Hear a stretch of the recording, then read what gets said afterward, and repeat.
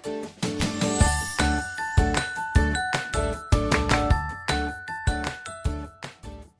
Students, very welcome to all on exam Niti. सही नीति सही दिशा। स्वागत है आप सबका एग्जाम नीति पर मेरे यानी माधवी कुशाग्र गौर के साथ। कैसे हैं आप सब? आई होप आप बहुत अच्छे हैं। अगर आप आज पहली बार इस चैनल पर आए हैं तो इस चैनल को सब्सक्राइब कर लीजिए। याद से बेल बटन को प्रेस कर दीजिए ताकि आने वाले हर एक वीडियो का नोटिफिकेशन सबसे पहले आप तक पहुंचे। आज के सेशन पर बढ़ चलते हैं बिना टाइम वेस्ट किए। आज का जो सेशन है वो है द टायरेनी ऑफ टीआरपीज, यानी कि टीआरपीज का अत्याचार, उसका शोषण, उसकी तानाशाही, उसका डेस्पोटिज्म या उसकी ऑटोक्रेसी। ठीक, जनता पर जो उसका अत्याचार हो रहा है उसे कहते हैं टायरेनी।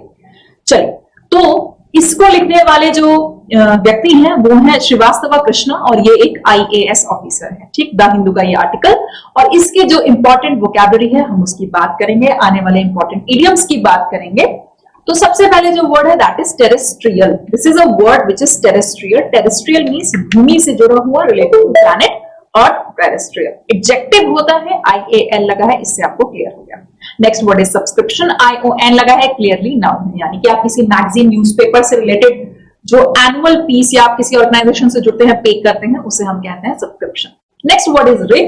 रिग इज अ वर्ड, कोई काम करना, दैट टू नेगेटिव, धांधलेबाजी करना, मैनिपुलेट करना, अपनी मनमर्जी से चीजों को, आंकड़ों को गलत कर देना। ठीक, रिग वर्ड दैट इज धांधली करना। नेक्स्ट इज रिट्रीव करना, that is a verb which means जो भी डेटा ऑलरेडी सेव्ड है उसको वापस से प्राप्त करना, वापस से उसको यूटिलाइज करना, उसको कहते हैं रिट्रीव करना। ठीक, नेक्स्ट आता है flawed. Flawed means full of floss, with full of floss, तो ऐसी चीज जिसमें बहुत सारे दोष हैं, कमियां हैं, एडजेक्टिव है, कहलाता है सदोष।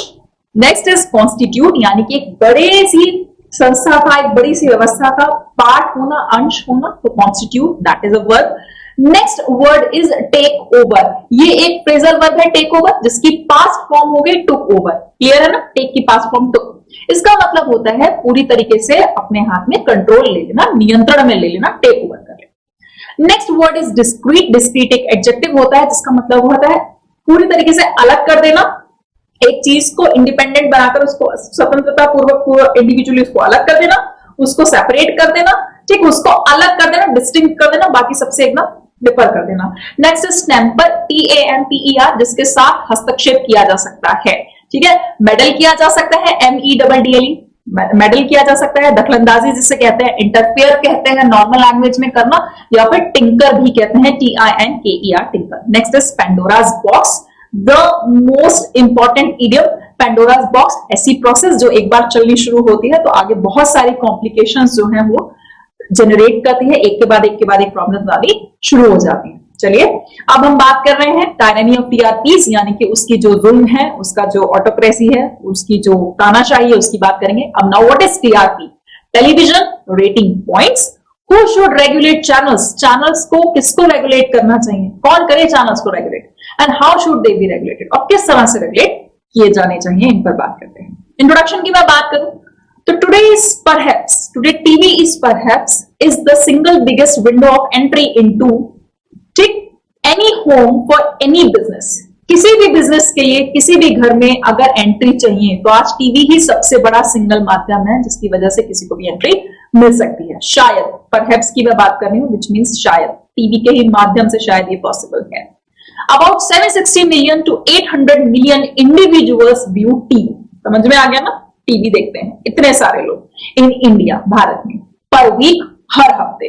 While TV penetration in rural India is about 52%, ग्रामीण क्षेत्रों में इसका इतना परसेंट है। In urban India it is about 87%, लेकिन अगर मैं शहरी क्षेत्रों की बात करूं भारत के तो 87% लोग टीवी देखते हैं। Of this, DTH is used by 70 to 80 million households, जिसमें कि 70 से 80% लोग जो है वो DTH का इस्तेमाल करते हैं, 60 मिलियन लोग केबल्स का इस्तेमाल करते हैं, और भौमिक तरीके से टेरेस्ट्रियल तरीके से 10 से 20 मिलियन लोग इसका इस्तेमाल करते हैं।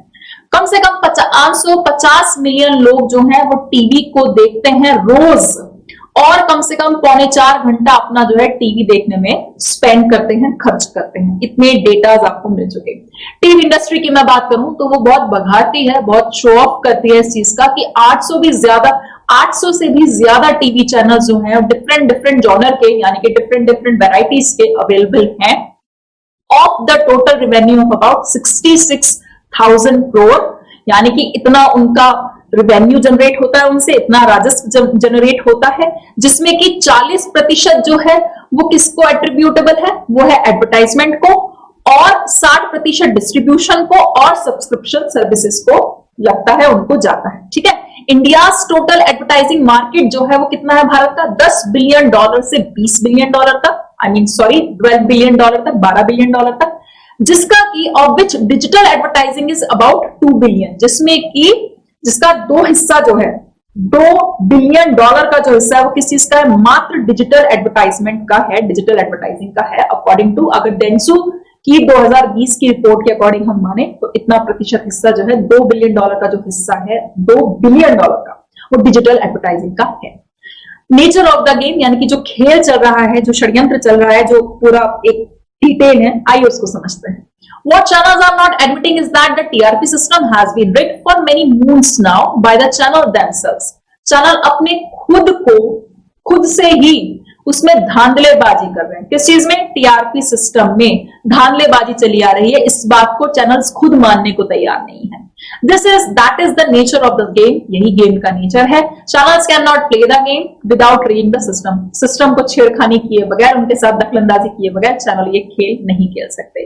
अगर हम TAM की बात करते हैं, टेलीविजन ऑडियंस मेजरमेंट की बात करते हैं, और INTAM यानी कि Indian national television audience measurement के दिनों की बात करें, जब टेलीविजन ऑडियंस मेजरमेंट था और जब Indian national television audience measurement था, उन दिनों की बात करें, तब सुनिए क्या होता था। मोटरसाइकिल राइडर्स जो हैं, मोटरसाइकिल पे सवार लोग जो है वो भेजे जाते थे फॉलो करने के लिए, those from TAM to retrieve data, install meters and identify confidential homes. उन दिनों के टाइम पर लोग भेजे जाते थे क्या करने के लिए, उन लोगों को फॉलो करने के लिए जिनके घर में टैम का इस्तेमाल होता था। ठीक है, ताकि वो उनसे डेटा रिट्रीव करवा पाए, उनके घर में मीटर्स इंस्टॉल कर पाए, और कुछ कॉन्फिडेंशियल यानी कि गुपचुप घरों को, चुपके से कुछ घरों को आइडेंटिफाई कर लें। ठीक है, उनको पहचान ले, उनको अपना एक टारगेट बना लें, फिर वहां पे क्या करें, उन घरों में एक स्पेसिफिक, एक विशेष चैनल जो है वो ट्यून इन किया जाता था। ठीक है, वुड बी ट्यून्ड ऑन, खोला जाता था विशेष चैनल, और हमेशा नए टीवी पर, on the new TV put on mute, वो हमेशा चैनल, स्पेसिफिक चैनल खुल के म्यूट पर रहता था। अगर हम टैम और INTAM डेज की बात करें तो कॉन्फिडेंशियल घरों को ढूंढ लिया जाता था, और वहां पर क्या होता था, एक स्पेसिफिक चैनल जो है वो ट्यूनिंग कर लिया जाता था। बीच में एक लाइन रह गई है, Those homes would be given a new plasma TV, उनको नया प्लाज्मा टीवी दिया जाता था जो उन दिनों फैशन में चल रहा होता, प्रचलित होता था। वो मीन्स इन फैशन, जो कि ट्रेंड में होता था उन दिनों में, वो दिया जाता था। फिर उन घरों में वहां पर एक स्पेसिफिक चैनल खुला रहता था जो पूरे दिन म्यूट पर चलता रहता था। And the people in the house hold would continue watching, और जो घर के बाकी लोग थे वो देखते रहते थे जो भी उनको देखना होता था, whatever they wanted to watch on their regular TV set, अपने रेगुलर टीवी सेट पर उन्हें जो देखना होता था वो देखते रहते थे। और एक नॉर्मल जो उनको स्पेसिफिक टीवी दिया जाता था, प्लाज्मा टीवी नया, उस पर एक चैनल पूरे दिन चलता रहता था। कहने की जरूरत नहीं है, नीडलेस टू से, time and INTAM gave different ratings report. Time और INTAM की अगर बात करूं तो दोनों ही डिफरेंट रेटिंग रिपोर्ट्स देती थी, दोनों ने ही डिफरेंट रेटिंग रिपोर्ट दी है, डिफरेंट क्लाइंट्स को सूट करने के बारे में। किसी को कोई रिपोर्ट दी, किसी को कोई रिपोर्ट पकड़ाई। सून जल्दी ही दे डिस्कवर्ड, उन्होंने पाया that it was best to have the cake and eat it too, so they merged. बहुत बड़ा और बहुत ही ज्यादा इंपॉर्टेंट एक मुहावरा है कि दो इम्पॉसिबल सी चीजों का एक साथ आपके पास पोजेशन होना, यानी कि आपके पास केक का होना भी, एक हाथ में आपके पास एक साबुत केक है और दूसरे हाथ में जो आपका केक है उसे आप खा भी रहे हैं। ठीक है, एक केक तो है ही है आपके हाथ में, दूसरा केक आप खा भी रहे हैं, मतलब दोनों चीजों तरफ से आपका फायदा होना। तो जल्द ही उन्होंने ये पाया, जो ये लोग थे, जो डिफरेंट क्लाइंट्स थे, जो डिफरेंट रिपोर्टिंग एजेंसीज थी, उन्होंने जल्दी ये पाया कि काफी फायदा होगा इस चीज से उन्हें, क्योंकि वो डिफरेंट क्लाइंट्स को डिफरेंट डेटा प्रोवाइड करा रही थी, टैम और INTAM को डिफरेंट। तो जल्दी उन्होंने टैम और INTAM को क्या कर दिया, आपस में मर्ज कर दिया, आपस में मिला दिया। When BARC broadcast audience research council came about, जब ये एग्जिस्टेंस में आई, केम अबाउट मीन्स जब ये एग्जिस्टेंस में आई, it took over the flood 10 metres, इसने धांधली हुए 10 मीटर्स को क्या कर दिया, जो कि गलतियों से भरे हुए थे, उन मीटर्स को जिनके साथ छेड़खानी हुई थी उनको पहचान लिया, उनके ऊपर पूरी तरह से कंट्रोल कर लिया, which are now set to constitute about a third of its own metering, जो कि अब कहलाए जाते हैं कि अगर बाप की बात की जाए तो 1/3 मीटर जो उसके अपने खुद के हो गए, जिसको उसने बोला था कि पहले कैसे है वो फ्लॉड है, आज वो उसकी खुद की मीटरिंग के 1/3 हिस्सा है, यानी कि आज भी वही फ्लॉड मीटर्स हैं जो कि बाप की खुद की मीटरिंग का 1/3 हिस्सा हो गए। अबाउट 22,000 बैरोमीटर्स, वो मीटर्स जो कि बार्क यूज करता था, यानी कि वो डिफरेंट चैनल्स के साथ उसने डायरेक्टली उनका लिंकअप कर लेता था, डिफरेंट चैनल को डायरेक्टली यूज करता था उनके मीटर्स को, और उस पर अपने ऑडियो पर वाटर मार्किंग करके उनको दिखाता था। तो 22,000 बैरोमीटर्स यूज किए जाते थे एडवर्टाइजिंग गुडीज को, डिजिटल एडवर्टाइजिंग गुडीज को भेजने के लिए, डिस्ट्रीब्यूट करने के लिए, जिनकी खुद की कीमत 25,000 करोड़ रुपए थी। अगर बैक के जो मीटर्स होते थे, बैरोमीटर्स होते थे, तो वो 22,000 बैरोमीटर की कीमत 25,000 करोड़ रुपया थी। सो अब back of the envelope, back of the envelope मतलब जो एनवलप के पीछे आप नहीं करते हैं 10 प्लस 2,000 प्लस 25 लाख, जो ये आप एक रफ कैलकुलेशन करते हैं ना, 30 प्लस 49 प्लस 50, मैं बड़ा डिजिट बता रही थी, आप जो छोटा छोटा एक रफ कैलकुलेशन करते हैं, रफ एस्टिमेशन लिफाफे के पीछे या किसी भी कागज के पीछे, उसको कहते हैं बैक ऑफ द एनवलप, है ना।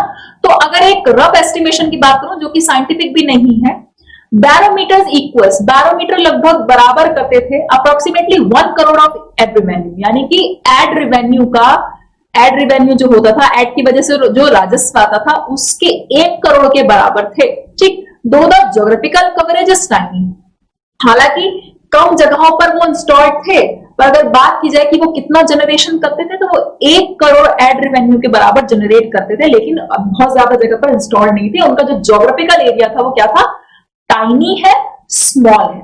आगे देखिए, there are other goodies for media buying agencies, media को खरीदने वाली एजेंसीज के लिए कुछ और गिफ्ट्स भी थे, कुछ और गुडीज भी थी, इन द फॉर्म ऑफ, किस फॉर्म में थी, फीस की फॉर्म में थी, कमीशंस की फॉर्म में थी, किकबैक्स मतलब रिश्वत की फॉर्म में थी, both over and under the table, यानी कि अंडर द टेबल छुपे तौर पर रिश्वत दी जाती है, ओवर द टेबल मतलब सामने से रिश्वत दी जाती थी। ठीक, इवन अ कर्सरी ग्लांस, अगर ऊपर ऊपर से भी देखी जाए, टॉप एजेंसीज की बैलेंस शीट को अगर ऊपर ऊपर से भी देखा जाए तो वुड रिवील, खुलासा करेंगे, ठीक है, दीज स्टैगरिंग अमाउंट्स, इन लड़खड़ाती हुई रिश्वत की, गुडीज की जो अमाउंट्स है ना, इनका खुलासा कर देंगे। इट इज नो वंडर, ये कोई आश्चर्य की बात नहीं है, that no advertisement agency worth its salt, जो कि अपने प्रोफेशन में बहुत ज्यादा प्रोफिशिएंट थी, wants to upset the apple cart, वो अपने प्लान को जो ऑलरेडी सिस्टमैटिक एक सेटिस्फैक्टरी रिजल्ट दे रहा है प्लान, उसको खराब नहीं करना चाहती थी। अपसेट द एप्पल कार्ट मतलब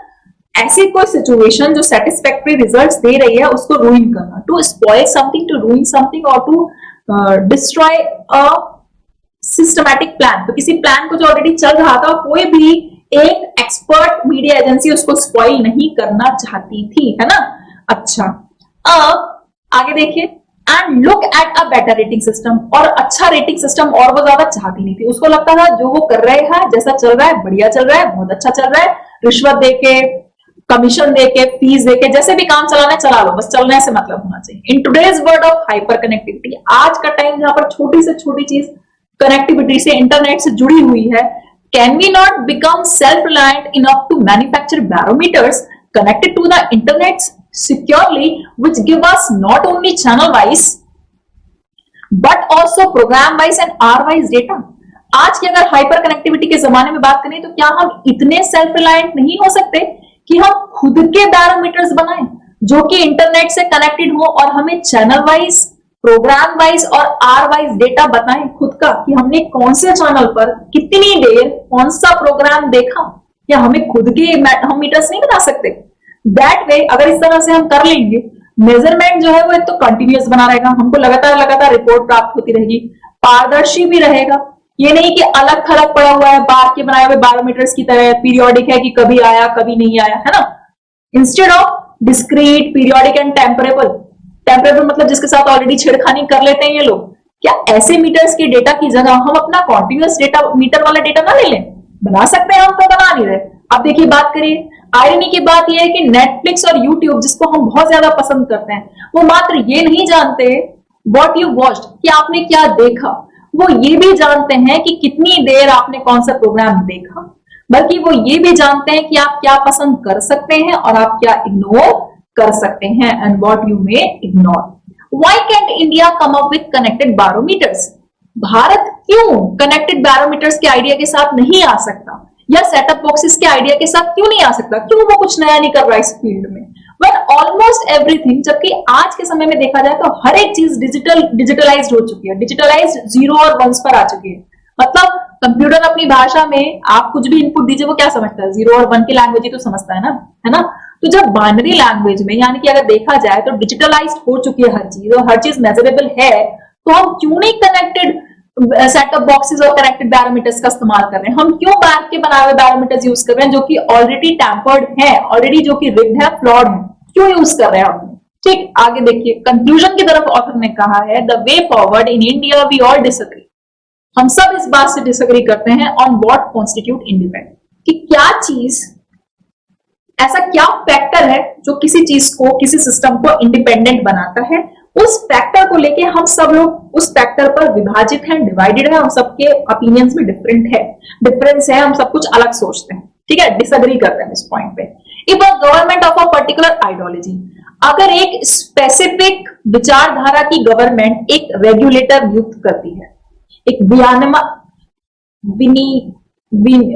रेगुलेटर जो होता है ना, कुछ विनियामक जो भी होता है, जो रेगुलेट करता है, एक स्पेसिफिक अगर वो रेगुलेटर अपॉइंट करती है, it will be almost certainly deemed partisan. तो लगभग मान के चलिए कि निश्चित तौर पर वो ना कट्टर समझा जाएगा कि ये तो इस गवर्नमेंट ने अपॉइंट किया, ये तो इस गवर्नमेंट के प्रोग्राम दिखाएगा, ये तो इस गवर्नमेंट की तारीफें करेगा, इस गवर्नमेंट के फेवर में दिखाएगा, बाकी सब गलत दिखा रहा है। अगर गवर्नमेंट अपॉइंट करती है तो हम ये सोचते हैं कि तो ओके, ये तो इस गवर्नमेंट ने अपॉइंट किया तो सब गवर्नमेंट के फेवर में होगा। So it really comes down to this. तो यानी कि अब हालत ये हो गई है, who do we trust more, हमें खुद नहीं पता हम किस पे ज्यादा ट्रस्ट करते हैं, प्राइवेट सेक्टर पर या गवर्नमेंट सेक्टर पर। गवर्नमेंट अपॉइंट करे तो हमें लगता है ये तो गवर्नमेंट के फेवर में चल रहा है सारा प्रोग्राम, सारा टीवी चैनल, सारा न्यूज, हम कहते हैं पूरी मीडिया गैग्ड हो गई है, क्यों, क्योंकि गवर्नमेंट रन कर रही है। प्राइवेट सेक्टर चला रहा है तो भी धांधलेबाजी कर रहा है, तो हमें खुद नहीं पता हम किस चीज पे ट्रस्ट करें। Do we want back self regulation और an independent authority established by a constitutionally elected government, हम चाहते क्या है, क्या हम ये चाहते हैं कि बात जो है वो सेल्फ रेगुलेशन के हिसाब से काम करे, आत्मनिर्भर होकर काम करे, या एक इंडिपेंडेंट अथॉरिटी की तरह काम करे जो कि एक स्थापित, संविधान के द्वारा स्थापित इलेक्टेड गवर्नमेंट के द्वारा बनाई गई हो। क्या वो एक इंडिपेंडेंट अथॉरिटी की तरह काम करे या एक आत्मनिर्भर इंस्टीट्यूशन की तरह काम करे, वो काम करे तो करे कैसे। This opens up a Pandora's box, ये एक ऐसी प्रोसेस को शुरू करते हैं जिसमें लगातार जब भी प्रोसेस शुरू हुई तो प्रॉब्लम आती ही चली जाएगी। किस बात को लेकर, कि कौन रेगुलेट करे, कैसे रेगुलेट की जानी चाहिए, और इस पूरी चीज को जो विनियमित करे,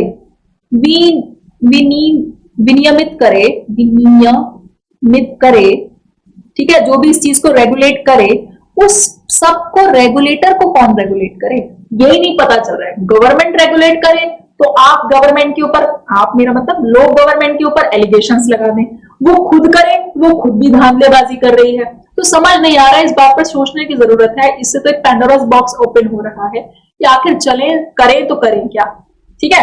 अब अगर मैं बात करती हूं तो यहाँ पर कौन कौन सी टोन है, क्लियरली एक तो यहाँ पर टोन है क्रिटिकल, एक बहुत ज्यादा क्रिटिकल टोन यूज है। दूसरी टोन डेरिसिव नहीं है, दूसरी टोन स्पेक्युलेटिव है।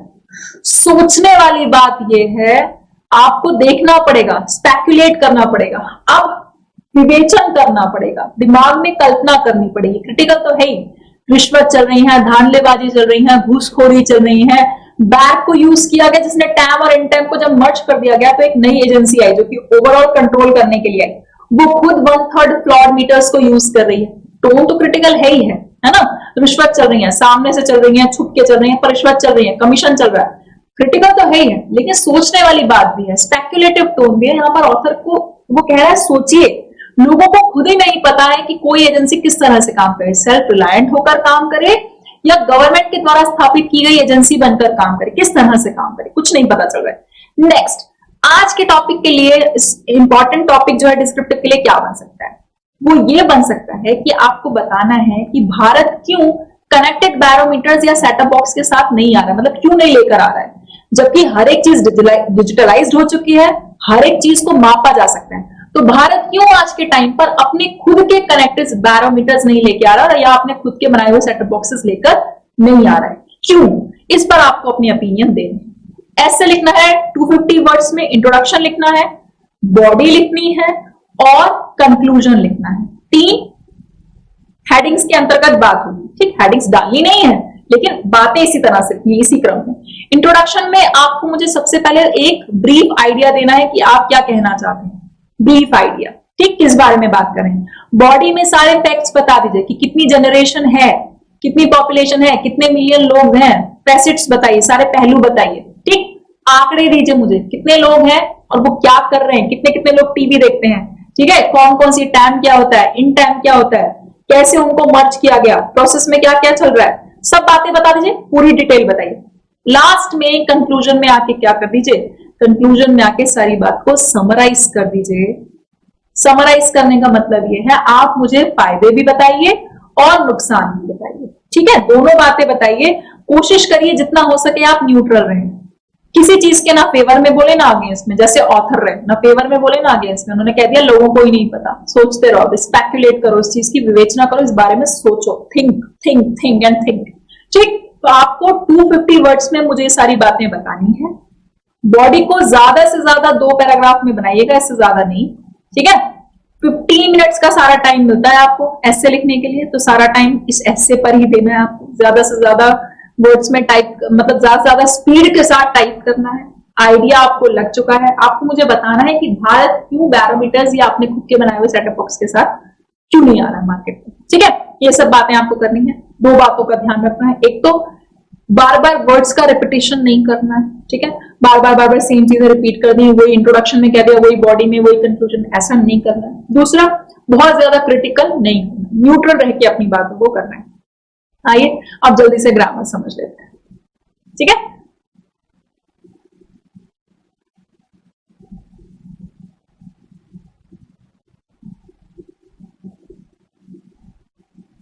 ग्रामर की बात करिए।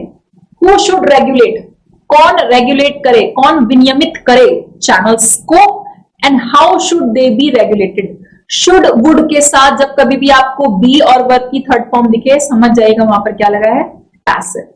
जब कभी भी आपको वुड या शुड के बाद बी दिखाई दे और वर्ब की थर्ड फॉर्म, तो समझ जाइए वो एक्टिव स्ट्रक्चर नहीं है बल्कि कैसा स्ट्रक्चर है, पैसिव।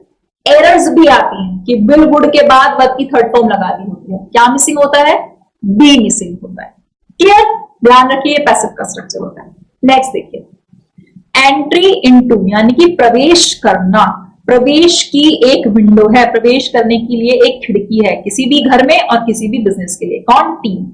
एंट्री के साथ क्या लगा है, इनटू लगा है, इस बात का ख्याल रखिएगा, क्लियर। चलिए नेक्स्ट हम कहते हैं अबाउट। अबाउट 550 मिलियन, ये लिखा है अबाउट, मतलब लगभग, क्लियर नहीं है कितना लेकिन लगभग इतना। आगे चलते हैं, नेक्स्ट ग्रामर के रूल्स को समझने की करते हैं कोशिश। तो नेक्स्ट आता है अकॉर्डिंग टू डेंसो इन 2020। अपने ओपिनियन में कोई बात कहते हैं तो हमेशा कहिएगा इन माय ओपिनियन, मेरी राय। सामने वाले की या किसी दूसरे व्यक्ति के बारे में बात करते हैं, दूसरी ऑर्गेनाइजेशन के बारे में बात करते हैं, दूसरी गवर्नमेंट या दूसरे सिस्टम के बारे में बात करते हैं, according to Ram, according to RBI, according to MPC monetary policy committee, according to, clear. अपने बारे में बोल रहे हैं तो कैसे बोलेंगे, इन माय ओपिनियन, कैसे बोलेंगे, इन माय ओपिनियन। आगे बढ़िए, फिर लिखा हुआ है इज एम आर यानी कि प्रेजेंट कॉन्टिन्यूअस टेंस के साथ आईएनजी लगता है वर्ब में। ये टेंस कौन सा कहलाता है, present continuous tense. Present continuous tense की पहचान क्या होती है, इज एम आर के बाद जो मेन वर्ब आता है उसमें आईएनजी लगता है, ये काम हो रहा है, क्लियर। आर क्यों आया यहां पर, क्योंकि जो नाउन है, जो सब्जेक्ट है वो प्लूरल है। चैनल्स लिखा है इसलिए आर आया, चैनल लिखा होता तो क्या आता, इज आता, क्लियर। नेक्स्ट, टू के साथ हमेशा वर्ब की फर्स्ट फॉर्म का इस्तेमाल किया जाता है। टू रिट्रीव, डेटा को वापस प्राप्त करने के लिए और मीटर्स को इंस्टॉल करने के लिए, जो फ्लॉट मीटर्स है उनको इंस्टॉल करने के लिए। तो टू के बाद वर्ब की फर्स्ट फॉर्म, इसको क्या कहते हैं? इंफिनिटिव कहते हैं। टू के बाद वर्ब की फर्स्ट फॉर्म क्या कहलाती है? इंफिनिटिव कहलाती है। Next, will, would, shall, should, can, could, may, must, might, ये सब क्या होते हैं? मॉडल्स। मैं आपको कई बार बता चुकी हूं, ये सब क्या होते हैं? मॉडल्स। और हर एक मॉडल के बाद वर्ब की फर्स्ट फॉर्म आती है। ये सब क्या कहलाते हैं? ये सब कहलाते हैं मॉडल्स, और हर एक मॉडल के बाद वर्ब की फर्स्ट फॉर्म आती है। क्लियर? आगे बढ़िए। नेक्स्ट इज, आपको मुझे बताना है कि डिस्कवर्ड क्या है, कौन सा पार्ट ऑफ स्पीच है? जल्दी से बताइए, कौन सा पार्ट ऑफ स्पीच है डिस्कवर्ड? नाउन है, प्रोनाउन है, एडजेक्टिव है, आर्टिकल है, वर्ब है, प्रपोजिशन है, क्या है? डिस्कवर्ड क्या है? क्लियर? मतलब खोजा, खोजना, ईडी लगा है। डिस्कवर मतलब खोजना, वर्ब की थर्ड फॉर्म। ठीक? इन्वेंट मतलब आविष्कार करना, कोई चीज जो पहले थी ही नहीं, आपने ही बनाई, आविष्कार किया, इन्वेंट किया। डिस्कवर मतलब ऑलरेडी एग्जिस्ट था, बस आपने ढूंढा। डिस्कवर करना, जो डिस्कवर करना इज अ वर्ब जो कि थर्ड फॉर्म में है, तो क्या लिखा हुआ है? डिस्कवर्ड। दे डिस्कवर्ड। सेकंड फॉर्म भी इसकी ये रहती है, सेकंड फॉर्म या थर्ड फॉर्म में क्या बन जाता है? डिस्कवर्ड। यहाँ पे ये पास्ट फॉर्म है, तो यानी कि वर्ब की सेकंड फॉर्म। क्लियर? डिस्कवर्ड। आगे चलिए, ग्रामर समझते हैं। एक इडियम मुझे दिखाई दिया था, मैंने कहा था जब आएगा तो आपको बताऊंगी। किकबैक्स का मतलब होता है रिश्वत, ब्राइब ये नाउन होता है। आगे देखिएगा, स्टैगरिंग मतलब लड़खड़ाती हुई, है ना, जो कि बैलेंस स्थिति में नहीं है, लड़खड़ाती हुई, स्टैगरिंग। आगे देखिए, कर्सरी मतलब ऊपर ऊपर से, उथले तरीके से। ग्लांस मतलब दृष्टि, अगर उथली तरीके से नजर डाली जाए, उथली तरीके से देखा जाए। आगे देखिए, ग्रामर को समझते हुए चलेंगे।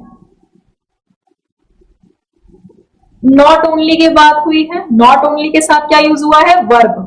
ठीक? तो आगे देखिए, बट ऑल्सो के साथ भी हमें क्या यूज करना चाहिए? वर्ब का इस्तेमाल करना चाहिए। इन्होंने किया नहीं, पर हमें करना चाहिए। नॉट ऑल्सो के साथ, नॉट ओनली के साथ हम जो पार्ट ऑफ स्पीच यूज करें वही हमें बट ऑल्सो के साथ यूज करना चाहिए। अगर हम नॉट ओनली के बाद वर्ब लिखें, बट ऑल्सो के साथ भी हमको क्या यूज करना चाहिए? वर्ब यूज करना चाहिए। नॉट ओनली के साथ अगर हम प्रपोजिशन यूज करें, तो बट ऑल्सो के साथ भी हमें प्रपोजिशन यूज करना चाहिए। अगर हम ऐसा नहीं करते हैं तो हमारा सेंटेंस अननेसेसरली तरीके से लंबा हो जाता है। देखिए यहां पर हुआ है, ये हुआ है, Netflix and YouTube not only know what you watched and how long you watched it, but also what else you may like and what you may ignore. लंबा हो गया ना, तो हमको सेम पार्ट ऑफ स्पीच का इस्तेमाल करना है, नॉट ओनली बट ऑल्सो के साथ। क्लियर? यानी कि अगर लिखा है नॉट ओनली ही, तो आगे चल के हमको बट ऑल्सो के साथ भी क्या यूज करना चाहिए? बट ऑल्सो ही या she, but also see, she, दोनों ही प्रोनाउन है। जो नॉट ओनली के बाद आया वही बट ऑल्सो के बाद आया। Not only Ram but also Shyam. ठीक? Not only teacher but also students, यानी कि दोनों ही क्या यूज किए? नाउन यूज किए। तो जो नॉट ओनली के साथ यूज करें वही किसके साथ यूज कीजिए? बट ऑल्सो के साथ। नेक्स्ट आता है upset the apple cart. Satisfactory situation को स्पॉइल करना या रूइन करना, या उसे उसके प्लान में जो ऑलरेडी एक प्लान है उसको क्या करना? रूइन करना, खराब करना, कहलाता है upset the apple cart. Next, worth the salt मतलब अपनी फील्ड में expert, worth the salt. Experienced professionals को कहते हैं वर्थ द सॉल्ट। राइट? आगे देखिए वही बात, can, could, will, would, shall, should, may, might, हर एक मॉडल के बाद वर्ब की कौन सी फॉर्म यूज होती है? First form. मॉडल्स के बाद हमेशा वर्ब की कौन सी फॉर्म इस्तेमाल होती है? फर्स्ट फॉर्म इस्तेमाल होती है। क्लियर हो गया? आई होप आज का सेशन आपके लिए यूजफुल था और आपने यहां से कुछ सीखा। इफ यस, तो इस वीडियो को लाइक कीजिए और शेयर कीजिए अपने फ्रेंड्स में, ताकि हर एक कोई सीख पाए कुछ नया, करंट अफेयर्स के टर्म्स में, डिस्क्रिप्टिव के टर्म्स में, टोन्स को समझने के लिए और इंग्लिश के ग्रामर के कॉन्सेप्ट्स को सीखने के लिए। Thank you and till then, कार्pe diem।